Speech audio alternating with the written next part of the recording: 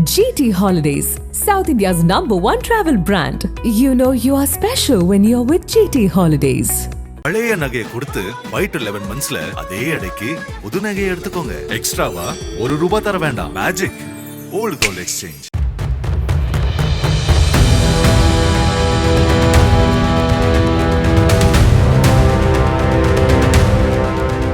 கன்னியாகுமரி மாவட்டம் நாகர்கோவில் அருகே உள்ள தொல்லவிலை பகுதியைச் சேர்ந்தவர்கள் பிரவீன் பிரதீபா தம்பதியினர். பிரவீன் வெளிநாட்டில் வேலை செய்து வருகிறார். அவரது மனைவி பிரதீபா நாகர்கோவிலில் தேசியமயமாக்கப்பட்ட வங்கியில் மேலாளராக உள்ளார். இவர்களுக்கு 2 குழந்தைகள் உள்ளனர். இந்நிலையில் இவர்களது 10 வயது மகள் பிரமிகா நவம்பர் 23ஆம் தேதி மாலை வீட்டின் முன் விளையாடிக் கொண்டிருந்தார். அப்போது எதிர் வீட்டைச் சேர்ந்த காட் பிரீடர் என்பவரது வீட்டில் வளர்ந்து வரும் வளர்ப்பு நாய் சிறுமியை துரத்தி சரமாரியாக கடித்துள்ளது. சிறுமியின் அலறல் சத்தம் கேட்டு தாய் மற்றும் உறவினர்கள் வெளியே வந்து மகளை மீட்டனர். இதையடுத்து காயமடைந்த சிறுமியை ஆசாரிப்பள்ளம் அரசு மருத்துவக் கல்லூரி மருத்துவமனைக்கு அழைத்துச் சென்றனர். அங்கு அவளுக்கு சிகிச்சை அளிக்கப்பட்டு வருகிறது. இதனிடையே நாய் கடித்தது குறித்து உறவினர்கள் எதிர் வீட்டு உரிமையாளரிடம் கேட்டபோது அவர்கள் அலட்சியமாக பதிலளித்ததாக கூறப்படுகிறது. அதே சமயம் சிறுமியின் தாய் பிரதீபா காட் பிரீடரிடம் கேள்வி எழுப்பியதற்கு அவர் கொலை மிரட்டல் விடுத்ததாகவும் சொல்லப்படுகிறது. இதனால் அதிர்ச்சியடைந்த பிரதீபா நேசமணி நகர் காவல் நிலையத்தில் சம்பவம் குறித்து புகார் அளித்துள்ளார்.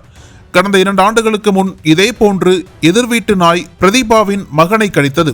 அந்த விஷயத்தில் போலீசார் இனிமே வளர்ப்பு நாயை வெளியே விடக்கூடாது என்று எச்சரிக்கை விடுத்திருந்தனர். இந்த நிலையில் மீண்டும் அந்த நாய் பிரதீபாவின் மகளை கடித்துள்ளது. தற்போது பிரதீபாவின் புகாரின் அடிப்படையில் எதிர் வீட்டு காட் பிரீடர் மற்றும் அவரது தந்தையாகிய இருவர் மீதும் போலீசார் வழக்கு பதிவு செய்து விசாரணை நடத்தி வருகின்றனர். சம்பவத்தின் போது சிறுமியை நாய் துரத்தி கடிக்கும் வீடியோ சமூக வலைதளங்களில் வெளியாகி பலரையும் அதிர்ச்சியடைய செய்துள்ளது.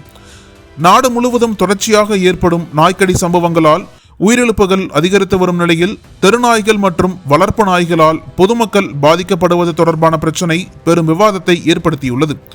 இந்தியாவில் ஆண்டுதோறும் சுமார் 20,000க்கும் மேற்பட்டோர் ராபிஸ் நோயால் உயிரிழக்கின்றனர். இதில் 36% குழந்தைகள் என்கிறது உலக சுகாதார அமைப்பு. அதனால் அரசுடன் சேர்ந்து பொதுமக்களும் விழிப்புடன் இருப்பது அவசியம் என்கின்றனர் சமூக ஆர்வலர்கள்.